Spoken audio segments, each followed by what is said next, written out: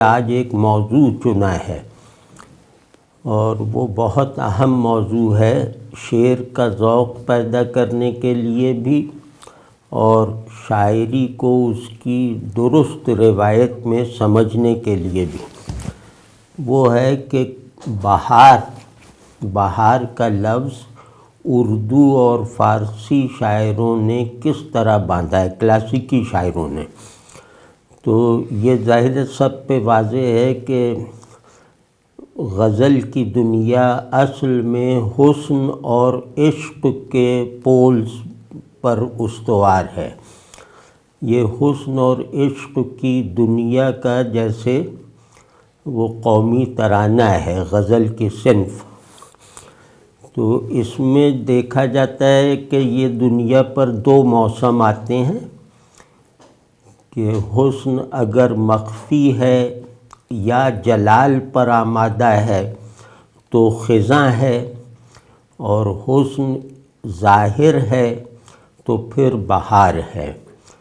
اسی طرح عشق خزاں ہے تو عشق فراق ہے، اور بہار ہے تو عاشق وصال یا فراق دونوں کیفیتوں کو نشاطیہ آہنگ میں جیسے اظہار دیتا ہے۔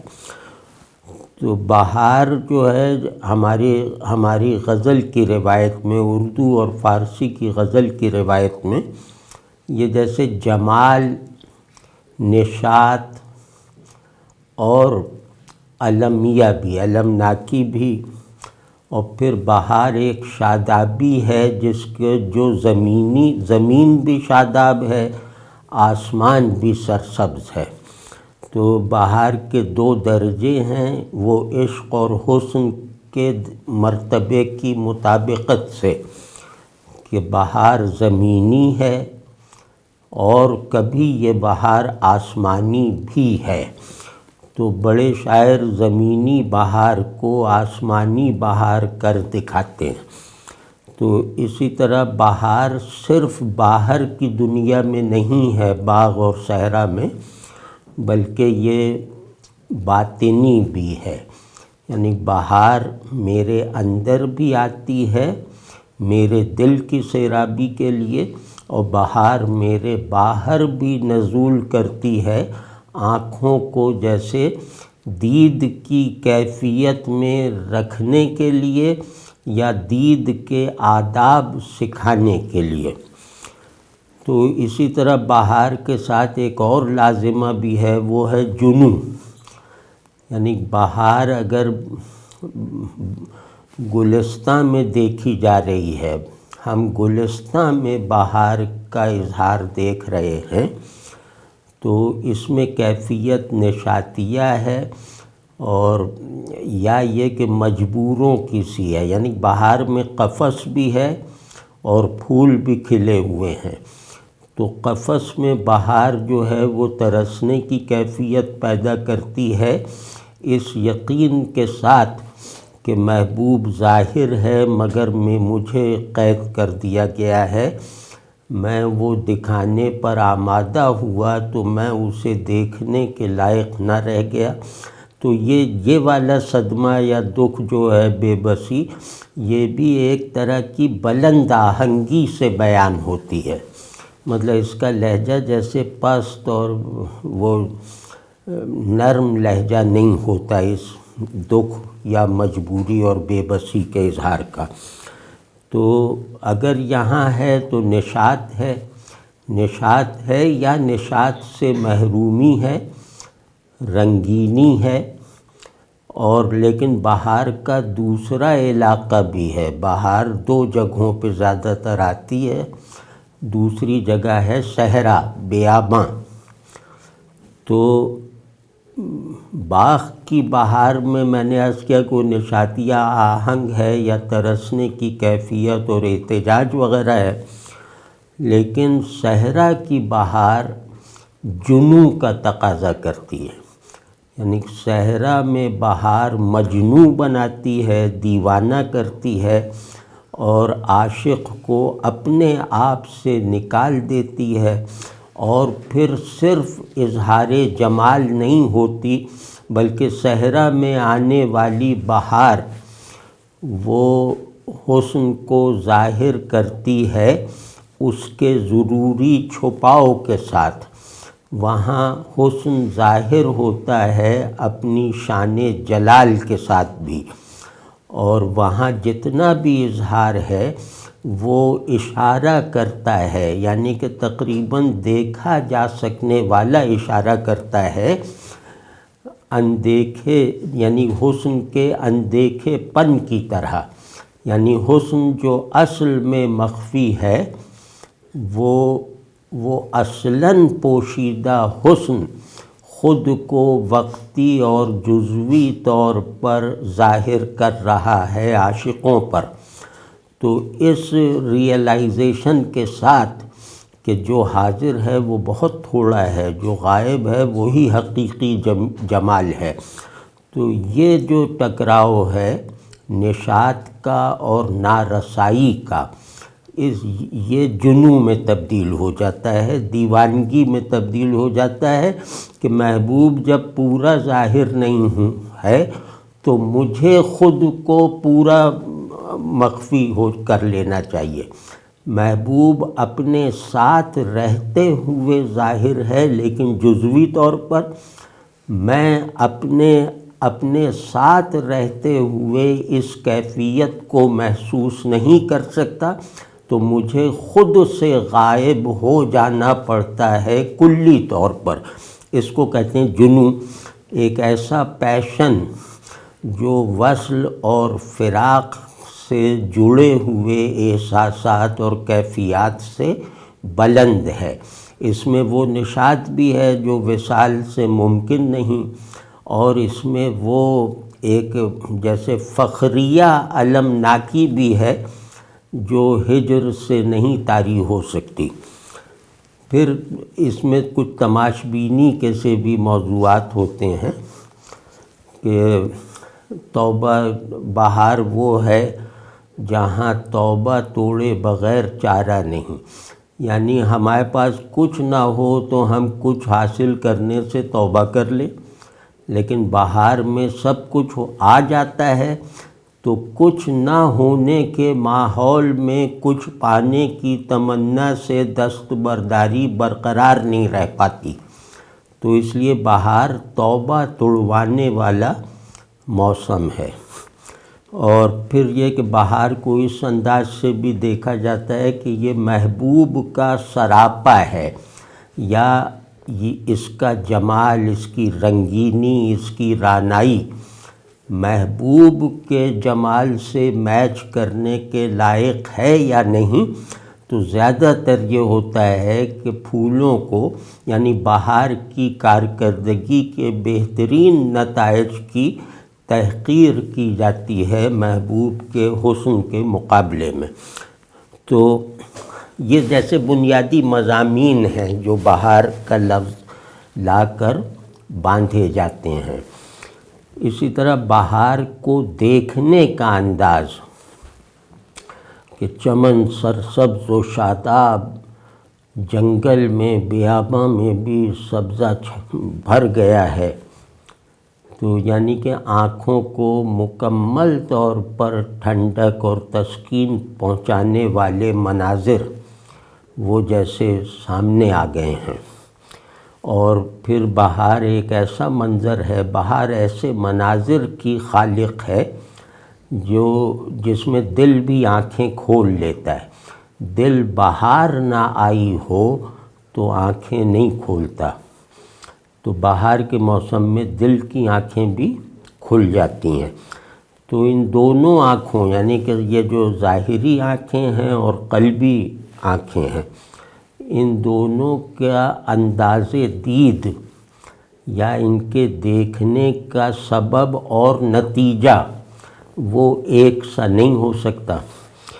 تو اس لیے بہار کو دو پرسپیکٹو سے دیکھا جاتا ہے، یعنی دو پرسپیکٹو سے دیکھ کر اس کی تصویر کشی کی جاتی ہے۔ وہ پہلا تو ہے عاشقانہ کہ پیشن کے ساتھ، بہار سے پیشن کو جوڑ دینا، کیونکہ اندر بہار آئی ہوئی ہو تو پیشن پیدا کرے گی نا، تو اندر آئی ہوئی بہار سے پیدا ہونے والے پیشن کو باہر آئی ہوئی بہار سے ہم آہنگ کر دینا، جوڑ دینا، چاہے وہ اس کی توہین و تحقیر کے لیے ہو۔ تو یہ عاشقانہ انداز نظر ہے۔ اور دوسرا یہ کہ بہار صرف جوش نہیں پیدا کرتی، بہار صرف دیوانگی نہیں منتقل کرتی، طاری نہیں کرتی، بہار نفس کو جیسے وہ مطمئن بھی کرتی ہے۔ بہار ایک روحانی جو شانتی ہے وہ بھی جیسے احساسات کی سطح تک لے آتی ہے، ایک روحانی فلفلمنٹ ہے۔ وہ جو اس نظر سے بہار کو دیکھتے ہیں، یعنی سکون کے ساتھ، ان کے اندر کے سکون میں اضافہ ہوتا جاتا ہے باہر کی بہار کو دیکھتے ہوئے، تو اس کو کہتے ہیں عارفانہ انداز نظر۔ یعنی عاشقانہ انداز نظر میں ظہور حسن غالب ہے، اور عارفانہ انداز نظر میں حسن کی پوشیدگی حاوی ہے۔ تو جو حسن کو پوشیدہ مان کر اس کے اظہار کو ایک مہربانی یا علامت کے طور پہ دیکھتا ہے وہ عارف ہے، اور جو اس اظہار میں منہمک ہو کر اپنے ذہن سے محبوب یا حسن کا پوشیدہ ہونا نکال دیتا ہے وہ عاشق ہے۔ تو اب یہ جیسے بہار کا مضمون ہے پورا، تو اس میں نے شعر جمع کیے ہیں، اور وہ شعر اردو شاعروں کے بھی ہیں اور فارسی کے بھی ہیں۔ تو میں نے سوچا کہ پہلے ذرا سا ایسا ہم اردو شاعروں کو پہلے دیکھ لیں تاکہ ان کا ترجمہ وغیرہ نہ کرنا پڑے، وہ پوری اپنی کیفیت ان حضرات و کیا مطلب ان خواتین و حضرات میں منتقل کر دیں جن کو اتفاق سے فارسی نہیں آتی، جنہیں ترجمے کی ضرورت نہیں ہے۔ تو ہم آغاز اردو کے دو بڑے شاعروں، دو سب سے بڑے شاعروں سے کریں گے، غزل گو شاعر میر اور غالب، اور یہ دیکھیں گے کہ یہ ساری جو تمہید باندھی ہے، اس تمہید کی روشنی میں ان کی یعنی میر کی بہار کیا ہے اور غالب کی بہار کیسی ہے۔ تو وہ بسم اللہ کرتے ہیں میر سے۔ دیکھیے یہ وہ ہے جو بہار کو ماتحت رکھتا ہے اپنے محبوب کے حسن سے۔ بہارے رفتہ پھر آئی تیرے تماشے کو، بہارے رفتہ پھر آئی تیرے تماشے کو، چمن کو یمن قدم نے تیرے نہال کیا۔ اب اس میں بہار کی منظر کشی نہیں ہے، یعنی یہ جو شعر ہے یہ جیسے کسی رنگین منظر کی تصویر نہیں پیش کر رہا، یہ سادگی سے اور بے رنگی سے کہا ہوا ایک شعر ہے جس کے آگے بہار کی تمام رنگینیاں ماند پڑ گئی ہیں۔ تو وہ دیکھیں کیسے بڑا شاعر کیا ہوتا ہے، کہ اس شعر کا مطلب یہ ہے کہ بہار میں تو ہمارا محبوب چمن میں آتا ہی نہیں ہے، کیونکہ وہ نرم دل ہے، وہ نہیں چاہتا کہ پھول وغیرہ جو ہیں وہ شرمندہ ہوں، اور بہار جو ہے وہ گھبرا جائے، یعنی بہار کی کارکردگی اس کے جمال کے مقابلے میں بہت کمتر درجے کی ہے نا۔ تو وہ محبوب جاتا ہے خزاں میں، اب وہ خزاں میں آیا ہے، بہار گزر چکی ہے، اور اب وہ کسی بھی نظر سے بہرحال آیا چمن میں، تو اس کے آنے کی وجہ سے، اس کے آنے کی خبر سن کر گئی ہوئی بہار پلٹ آئی۔ اور پلٹنے کا مطلب یہ ہے کہ آ کے ظاہر ہے وہ کیا نام پژمردہ پھولوں کو دوبارہ شگفتہ کر دیا، لیکن اس میں بہار کے آنے کا اس مرتبہ مقصد احسان کرنا نہیں تھا، احسان لینا تھا۔ اس مرتبہ بہار تجھے دیکھنے آئی ہے تاکہ اسے تیری نسبت کا کوئی فیض حاصل ہو جائے، اور اس کے اندر موجود جو خامیاں ہیں جو بہار کے موسم کو محدود بھی رکھتی ہیں اور بہار کے موسم کے جمال سے پیدا ہونے والے جمال کی سطح بھی کمتر رہ جاتی ہے، تو اپنی خامیوں کے تدارک کے لیے گئی ہوئی بہار وہ آتی ہے تجھے دیکھنے کے لیے، اور یہ تیرے قدم کی برکت ہے۔ یعنی تیرا جمال ایسا آسمانی ہے، تیرا جمال ایسا ایسا کشش والا ہے کہ تو جہاں جمال نہیں ہے وہاں جمال وہاں پہنچ کر وہاں جا کر تیرے قدموں کی برکت سے جمال پیدا کرنے والے کارندے دوبارہ حاضر ہو جاتے ہیں، اور اس مرتبہ بہار جو پھول کھلائے گی وہ پچھلی کسی مرتبہ بھی ویسی شگفتگی پھولوں کو نہیں مل سکتی، تو گویا تیرے قدموں کی برکت سے بہار کی صلاحیت بھی بڑھ گئی، اور اس کی کارکردگی میں بھی اضافہ ہو گیا، اور اس کے جو سرگرمی کا نتیجہ ہے اس کی سطح بھی بلند ہو گئی۔ اب یہ سب اس شعر میں بالکل واضح اور سطح پر تیرتے ہوئے معانی ہیں۔ پھر اس میں وہ ہے مطلب لفظوں پہ جو قدرت ہے کہ بہار رفتہ پھر آئی۔ اب پھر آئی اس طرح استعمال کیا ہے کہ مقصود ہے لوٹ آئی، لیکن یہ کہ پھر آئی میں دوبارہ آئی یہ بھی شامل ہے۔ اور تیرے تماشے جو ہے یہ بالکل تماشا کو جیسے اردو میں ڈھال لینا ہے، اس کو عربی فارسی سے الگ کر دینا ہے۔ یہ کیسی بڑی قدرت ہے کہ ایک آدمی جس زبان کا وہ لفظ ہے اس زبان کی گرفت اس لفظ پر سے ہٹا کر اپنی گرفت اور اپنا تسلط قائم کر دکھائے۔ یہ میر کے سوا ہمارے یہاں کوئی ایسا شاعر نہیں ہے جو لفظوں کو جو ہے وہ جلا وطن کر دیتا ہے اور اپنی پناہ میں لے لیتا ہے۔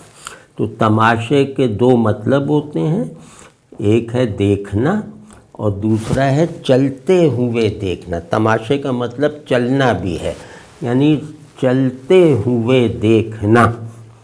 تو اب اس میں آپ دیکھیں گئی ہوئی بہار واپس آئی چلتے ہوئے تجھے تیرا طواف کرنے کے لیے، تجھے دیکھنے کے لیے۔ تیرے حسن کے بے شمار پہلو ہیں، تیرے حسن کا جغرافیہ ہی لامحدود ہے، تو وہ اسے چلتے ہوئے تیزی سے چلتے ہوئے بغیر دیکھا ہی نہیں جا سکتا۔ کوئی آنکھ ایسی نہیں ہے جو تیرے حسن کا احاطہ کر لے۔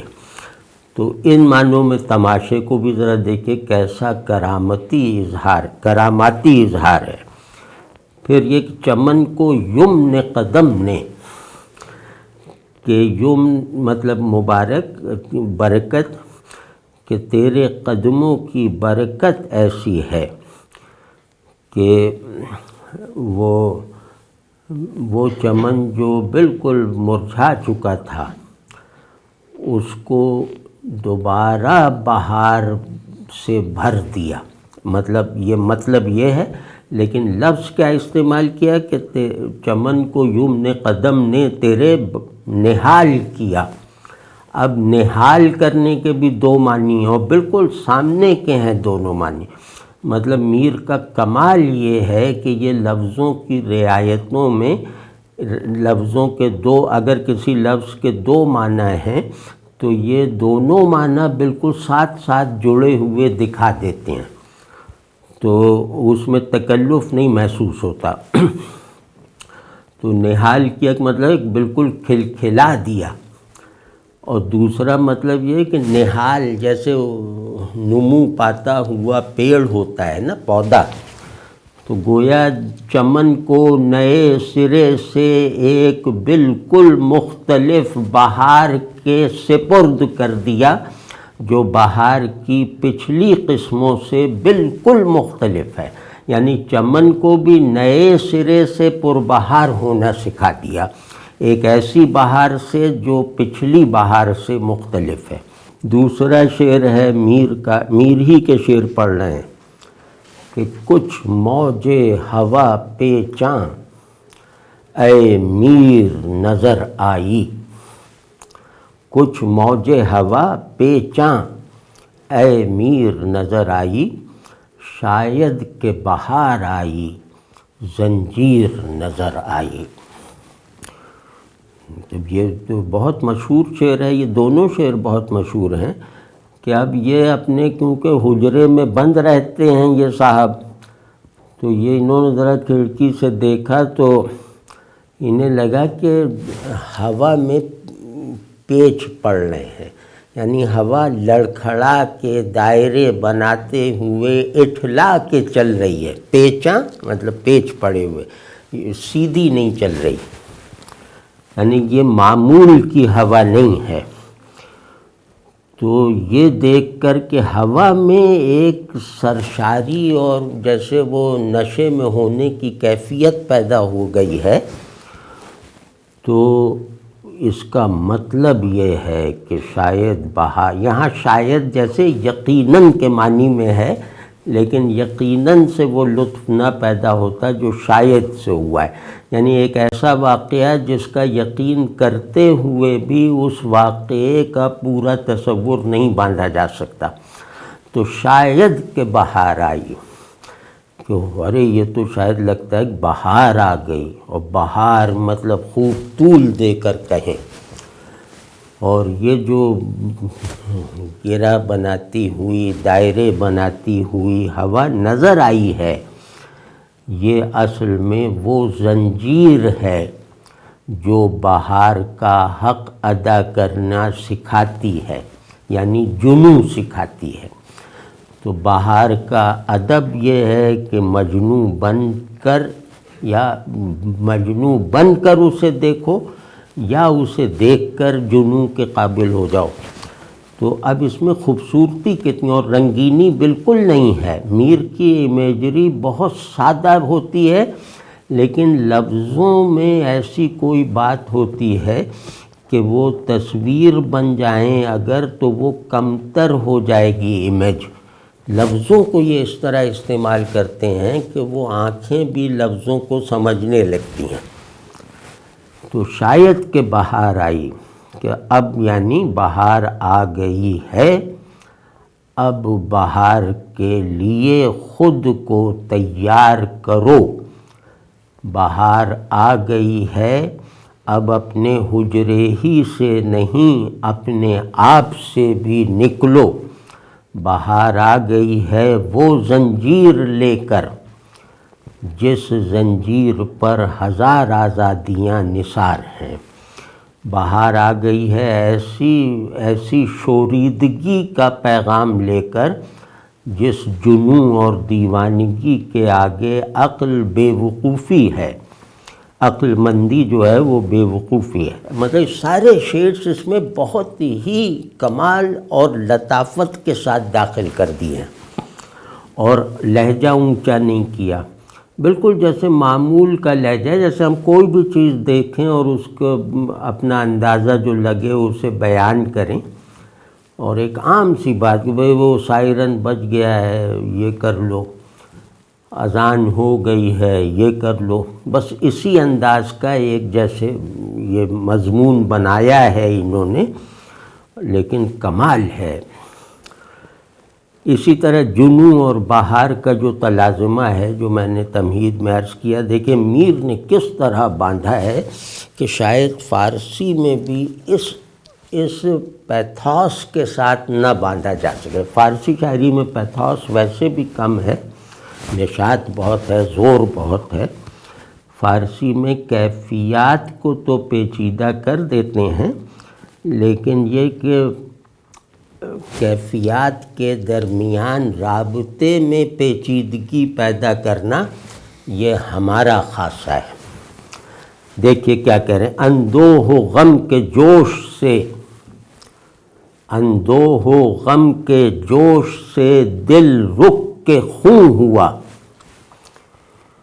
اب کہ مجھے بہار سے آگے جنوں ہوا۔ لفظ لفظ جیسے معانی کا خزانہ ہے۔ میر کیونکہ محسوس کا معنی کو محسوس کروا دینے والے شاعر ہیں، تو یہ لفظ کے تمام ممکنہ مفاہیم کو احساسات کی تعمیر میں صرف کرتے ہیں، اور اس میں جو ایک دوہرا پن ہوتا ہے کہ ایک لفظ دو معنی رکھتا ہے، اس دوہرے پن سے ہمارے احساسات کے جو ایک گہرے پن کا ازالہ کر دیتے ہیں۔ ہمیں احساس ذہن میں پیدا ہو جانے والے خیال سے زیادہ بامعنی لگنے لگتا ہے۔ یہ میر کا خاص وصف ہے۔ تو اندوہ غم، اندوہ کہتے ہیں، اندوہ کے لفظ میں ہے نا جیسے بہت گہرا بور کیا ہوا غم، اندوہ۔ تو ایک اندوہ ہے جس کو پورا محسوس نہیں کیا جا سکتا، اور پھر اسے محسوس کر لینے، جہاں تک اسے محسوس کیا جائے تو وہ غم کی کیفیت ہے، اندوہ حال ہے، یہ ٹریجک سبسٹنس ہے ہمارے اندر۔ اور اس اندوہ کا جتنا حصہ ہمارے احساس میں آتا ہے، وہ احساس میں آنے کے بعد اس کا عنوان، اس حصے کا عنوان غم بن جاتا ہے۔ تو اب دیکھیں دونوں جہتیں پوری کر لی نا، کہ اصل بھی اور اس کی شاخ بھی، کہ اندوہ غم کے جوش سے، جوش بھی بہت خوب باندھا ہے۔ عام طور پر غم اور جوش یہ مزاجاً ایک دوسرے سے مختلف الفاظ بھی ہیں اور کیفیتیں بھی ہیں، ان کو جوڑ دیا اور کہا کہ کیونکہ یہ جزوی غم ہے اور کلی جو ٹریجک سبسٹنس ہے میرے پرسیپشن کا، میرے احساسات وغیرہ کا، وہ جو ہے وہ بیدار ہو گیا ہے، تو ان کی یعنی کہ جو کل ہے اندوہ، وہ بیدار ہو گیا ہے، اس کی بیداری سے اس کے احساس میں کی وسعت اور شدت میں بھی اضافہ ہو گیا ہے۔ تو یہ جوش ہے کہ ان کی بیداری میرے اندر غم کا ایک طوفان بن جاتی ہے، غم کا جیسے ایک آتش کدہ بن جاتی ہے، آتش فشاں بن جاتی ہے۔ تو اندوہ غم کے جوش سے دل رک کے خوں ہوا۔ یہ رکنا جو ہے وہ ایسا ہے کہ مطلب جو اردو اور شاعری جانتا ہے وہ مطلب اس پر وجد میں آ سکتا ہے، یعنی ہمارا ایک لسانیاتی باطن ہے نا، وہ یہ اس طرح کے لفظوں کو اس سطح پر استعمال کرنا اس میں طوفان پیدا کر دیتا ہے۔ اور میر اس میں بھی لاشریک ہیں کہ وہ چھوٹے چھوٹے لفظ بالکل جو فعل بھی پورا نہ بن پائیں، حروف جار وغیرہ، ان سب کو اسم سے زیادہ ایفیکٹو اور میننگ فل بنا دیتے ہیں۔ اس میں بھی میر اکیلے ہیں، اور اکیلے صرف اردو میں نہیں ہیں، فارسی کے بھی بڑے سے بڑے شاعر کے آگے اس انفرادیت کی حفاظت کر لیتے ہیں کہ جوش آیا، مطلب دیوانگی کا جوش آیا، اندر ایک ابال اٹھا، اور وہاں اس ابال پر دل نے تھوڑا تأمل کیا۔ ایک تو رکنے کا مطلب یہ ہے کہ پہلے صورتحال کا جائزہ لیا، یعنی دل نے عقل استعمال کی اور پھر وہ لہو ہو گیا۔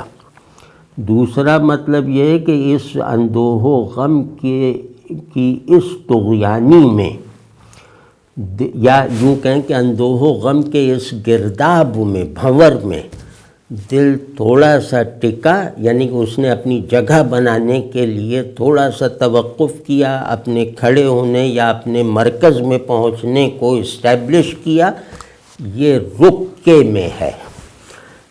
تیسرا یہ ہے کہ دل رک گیا، یعنی دل کی دھڑکن بند ہو گئی۔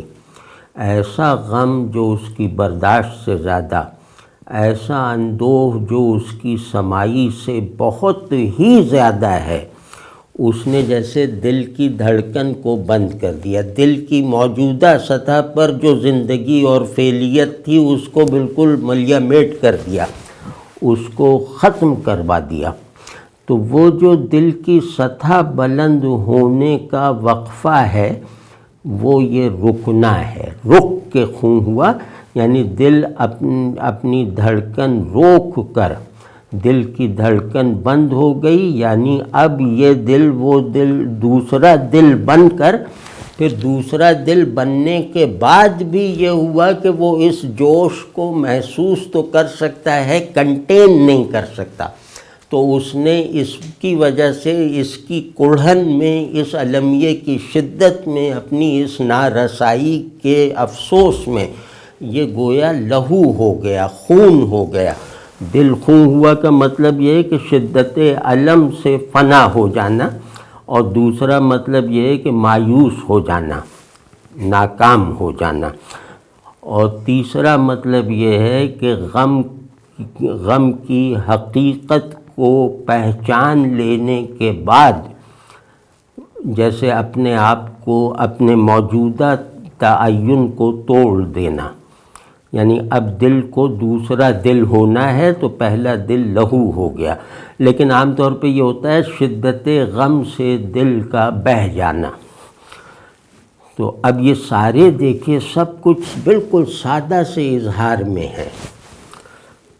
اب کہ مجھے بہار سے آگے جنوں ہوا، کہ پہلے تو جنوں ہوتا تھا بہار کے آنے پر، یعنی بہار دیکھ کے جنوں ہو جاتا تھا، لیکن اب کہ بہار نہیں آئی ہے، حالانکہ کیونکہ اندوہ و غم بتا رہے ہیں کہ بہار نہیں آئی ہے، تو بہار آئی نہیں اور ہمیں وہ والا جنوں ہونے لگا جو بہار کے سے خاص تھا، جو فصل بہار کا پھل تھا ہمارے لیے، تو بہار کے بغیر جنوں ہو گیا، بہار سے پہلے جنوں ہو گیا۔ آگے کے مراد یہ ہے کہ پہلے، قبل۔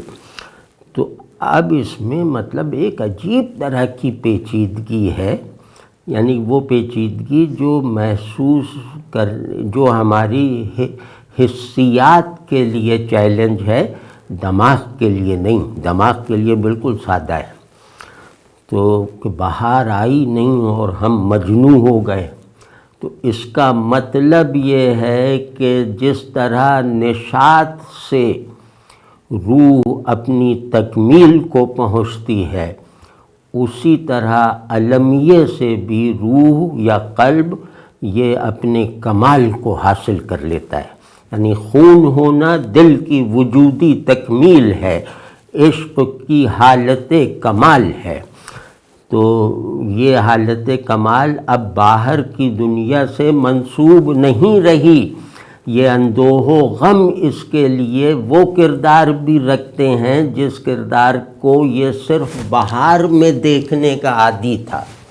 اب آپ سوچئے کہ بہار کہنا، غم کے لگائے ہوئے پودوں کو نشاط کے جنگل سے زیادہ سرسبز دکھا دینا، یہ کوئی معمولی بات ہے؟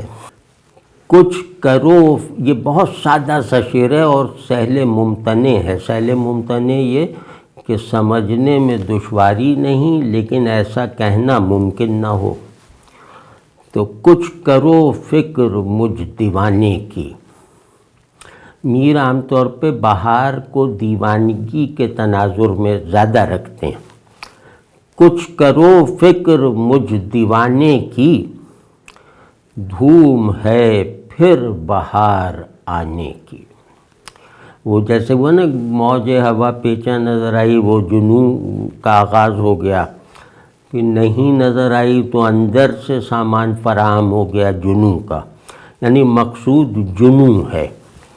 اب یہ کہہ رہے ہیں کہ بھئی بہار آنے کا شور مچا ہوا ہے، بس بہار آیا ہی چاہتی ہے، فصل بہار کا بس آغاز ہوا ہی چاہتا ہے، اور ہر طرف ایک جیسے اشتیاق اور وہ ہے تجسس، اور ظاہر ہے سخت گرمی میں لوگ بے حال ہو جائیں، بادل آ گیا تو وہی کیفیت جیسے بہار کے آنے کی خبر سے لوگوں پہ طاری ہے، اپنے اپنے تصور بہار کے مطابق۔ تو کہتے ہیں بھئی اب بہار کی دھوم مچی ہوئی ہے، ہر طرف ایک انتظار کی کیفیت جیسے سنائی دے رہی ہے، اتنی شدید کیفیت ہے۔ تو پھر اب میری کچھ فکر کرو، کچھ کرو فکر مجھ دیوانے کی۔ اب اس میں سمجھ میں نہیں آتا کہ یہاں یہ فکر خوف کی وجہ سے بھی ہو سکتا ہے کہ دیکھو اب میں پھر ظاہر ہے میں دیوانہ ہو جاؤں گا تو تم لوگ ذرا کچھ فکر کرو کہ میں اس سے بچ جاؤں، اب کے بہار میں دیوانگی مجھ پر نہ طاری ہو، یہ اس کا مطلب نہیں ہے۔ دوسرا یہ ہے کہ بھئی اب دیوانگی آنے والی ہے اور تم لوگ میرے ہوش سے مانوس ہو، اور میں ہوش میں ہوں تو تم لوگوں میں رہ سکتا ہوں۔ اگر میں دیوانہ ہوں تو تم لوگ میری صحبت کے لائق نہیں ہو۔ میں تم سے میں تم سے جتنا مختلف ہوں، اس ناقابل تلافی اختلاف کو، ناقابل پیمائش اختلاف کو جو ہے وہ اب ابھارنے والا موسم آ گیا ہے۔ تو اگر تم لوگ میری برکتوں سے، میری کرامتوں سے مجھ سے فیض یاب ہونا چاہتے ہو تو کچھ کرو فکر مجھ دیوانے کی۔ یعنی اب تم لوگ یہ سوچو کہ یہ دیوانہ ہو گیا تو یہ جو ہے یہ کہیں ہمیں نہ چھوڑ جائے، یہ کہیں ہم سے اتنا بلند نہ ہو جائے کہ ہم جیسے اپنے ہونے پر شرمندگی محسوس کرنے لگیں۔ تو یہ، اور دوسرا یہ کہ فکر وہ جیسے ایک خوش آدمی کہہ رہا ہے کہ بھئی باہر نہیں آئی تھی تو سب چل ہی رہا تھا کام، جیسے تمہارا کام چل رہا ہے ہمارا بھی کام چل رہا تھا۔ اب بہار آ گئی ہے تو تم لوگوں کے پاس تو بہار کے آنے کے بعد کیا پورا پلان اور پورا ساز و سامان موجود ہے، کیوں تمہیں باہر سے کیا لینا، تمہیں تو تماش بینی کرنی ہے، تو تم تو اپنی جگہ رہو گے، لیکن مجھے تو اپنے گھر تمہیں اور خود کو چھوڑنا ہے کچھ نہ پانے کے لیے۔ تو اب ذرا میری بھی فکر کرو، میں بھی شاید اس بہار میں یہ چاہتا ہوں کہ تم جیسا بن کے رہوں، مزے کروں، لیکن یہ مجھے نہیں لگتا کہ میں تم جیسا بن سکتا ہوں اپنے پیک ایکسپیرینس میں۔ تو اب تم لوگ فکر کرو مجھ دیوانے کی، یعنی کہ مجھے اگر کر سکو تو ہوش میں رکھو، اور دوسرا یہ کہ یہ مجھ دیوانے کی فکر سے زیادہ یہ ہے کہ یہ فکر اس لیے کرو کہ تم مجھ سے محروم نہ ہو جاؤ ایک حقارت میں مبتلا ہونے کی کیفیت کے ساتھ، یعنی اپنی تحقیر سے اگر بچنا ہے، اپنی بے حقیقتی کے تجربے سے اگر بچنا ہے تو پھر میری فکر کرو۔ یعنی کہ اب فکر کرنے یا تو خود بھی دیوانہ ہونے کی کوشش کرو، سامان کرو، اور دوسرے یہ کہ مجھے اگر میں تمہارا موضوع ہوں تو اس موضوع کی بلندی کی حالت سے اپنے آپ کو ہم آہنگ رکھنے کا سامان کرو۔ مطلب عجیب ہے فکر، اچھا فکر اور دیوانگی یہ متضاد الفاظ ہیں، تو اس میں بھی ایک لطف ہے۔ اب دیکھیں کی سیر ہم نے سینہ یکسر فگار کی سیر، ہم نے سینہ یکسر فگار کی، اس تختے نے بھی اب کے قیامت بہار کی۔ کمال ہے، یہ بہت زبردست شعر ہے۔ اس میں وہ جو میں نے عرض کیا تھا کہ ایک بہار باطن میں آتی ہے، جو آ جائے تو خزاں کا راستہ بند ہو جاتا ہے، وہ دائمی بہار ہوتی ہے۔ اب دیکھیے انہوں نے یہ شعر اصل میں اس سچویشن میں کہا گیا ہے کہ میں آج تک پھول اور پودے دیکھ دیکھ کے بہار سے متعلق رہا ہوں، یعنی آج تک میں یہی جیسے حادثاتی طور پہ سمجھتا رہا کہ بہار باہر آتی ہے اور پھر ایک وقت کے بعد خزاں میں بدل جاتی ہے۔ تو آج ہم نے جو ہے وہ کسی وجہ سے اپنے اندر جھانکا، اور یہ جو اپنے اندر جھانکنے کا جو نتیجہ نکلا ہے وہ یہ ہے کہ یہ بہار یعنی باہر آئی ہوئی بہار رنگوں کی اس بارش کے مقابلے میں ایک بوند کی حیثیت بھی نہیں رکھتی، اور باہر آئی ہوئی بہار جیسے آدمی کو گھٹیا خوشی اور پست کامیابی اور نشاط اور پست ایک جیسے لوفروں کی سی نفسیات میں مبتلا کر دیتی ہے، تماش بین بنا دیتی ہے، یعنی آنکھوں کا درجہ بھی پست کر دیتی ہے، دل تو ان کا مرا ہوا ہے۔ تو آج کسی وجہ سے میں نے اپنے اندر جھانکا تو دیکھا کہ میرا سینہ چھلنی ہے، یعنی عشق سے، عشق نے میرے سینے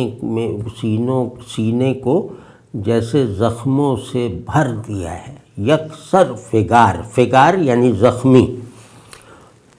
تو ان زخموں کو جب میں نے دیکھا تو پھر پتہ چلا کہ اصل بہار کیا ہوتی ہے، حقیقی عشق کیا ہوتا ہے، تماش بینوں سے کون سی بہار چھپی ہوئی ہے۔ یہ بہار کی پرچھائی کو بہار سمجھتے ہیں، تو آج میں نے بہار کو اس کے اصل روپ یعنی سینے کے گھاؤ کی کثرت میں، جو بالکل جیسے سینے کو ڈھانپا ہوا ہے، سینہ پورا کا پورا گھائل ہے، یعنی اس میں جیسے خون نکل رہا ہے۔ فگار ایسا کہ زخمی جس کا زخم تازہ ہو، خون بہہ رہا ہو، تو وہ ان زخموں سے بہنے والے خون نے گویا ایسے کر دیا کہ میں نے جنت کا یا لامکاں کا کوئی تختہ دیکھا ہے، کوئی ایسی کیاری دیکھی ہے جس پر غیب سے بہار نازل ہو رہی ہے، جس بہار کو زوال نہیں۔ تو اس تختے نے، تختہ سینے کو کہا ہے کہ اس تختے نے بھی اب کے قیامت بہار کی۔ قیامت بہار کا کوئی جواب نہیں ہے، کیونکہ قیامت کا اگلا مرحلہ کچھ نہیں ہے۔ قیامت اینڈ آف ٹائم ہے اور بگننگ آف ایٹرنیٹی ہے، اینڈ آف فارمز ہے اور جو ایکسپوجر آف ریئلٹی ہے۔ تو اس پہلو سے ذرا دیکھیں کہ اس نے ایسی بہار کی ہے جو ابدیت کے گلزار سے باہر کبھی نکل ہی نہیں سکتی، وہ ہمارے سینے میں آ گئی ہے۔ مطلب کمال ہے، اور وہ لفظی رعایتیں میر کہیں نہیں چھوڑتے، استادی، کہ اب سینہ یکسر فگار ہے نا، تو یہ سر کا لفظ بھی آ گیا سینے کے حوالے سے، اور سر یہاں بامانی ہے، بامانی اس اعتبار سے کہ سینہ اور سر دو الگ الگ مراتب شعور ہیں اور درجات وجود ہیں، تو اس میں سر کو جیسے بالکل وہ ڈھیر کر دیا۔ یہ اب جلدی سے پڑھ دیتا ہوں، وہ لیکن جلدی سے پڑھنے میں جیسے لگتا ہے کہ ہم ناقدری کر رہے ہیں، لیکن چلو وہ بہار آئی ہے، اب یہ سادہ اور بہت پرجوش، اور یوں کہنا چاہیے کہ یہ تماش بینی کا منظر ہے۔ اب بہار کو ایک عاشقانہ تماش بینی سے دیکھنا، دیکھیے، بہار آئی ہے غنچے گل کے نکلے ہیں گلابی سے، بہار آئی ہے غنچے گل کے نکلے ہیں گلابی سے، نہالے سبز جھومے ہے گلستاں میں شرابی سے، نہالے سبز جھومے ہیں گلستاں میں شرابی سے۔